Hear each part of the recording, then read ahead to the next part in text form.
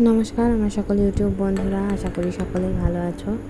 গত 2-3 দিন নাগাদ আমার কোনো ভিডিও পোস্ট করা হয়নি।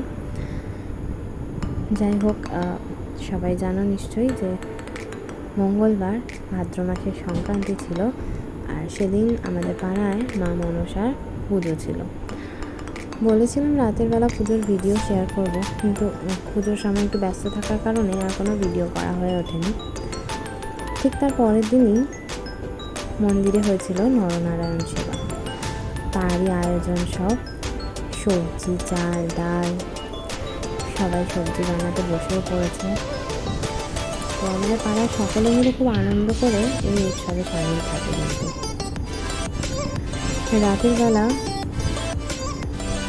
সেবার সমস্ত আয়োজন হয়ে গেছে, খিচুড়ি, তরকারি, পায়েস, চাটনি। তো বসে খাওয়ার ব্যবস্থা রয়েছে, কেউ টিফিন ক্যারিয়ার নিয়ে এলে সেটার মধ্যে দেওয়ার ব্যবস্থাও ছিল। দেখতেই পাচ্ছ সব আয়োজন। পাড়ার সকলে মিলে খুবই আনন্দের সঙ্গে পরিবেশন করছে, কাজ করছে, রান্না করছে। খুব আনন্দ হয় এই দিনটা আমাদের। রাস্তার মধ্যে দেখতে পাচ্ছ সবাই খেতে বসেছে।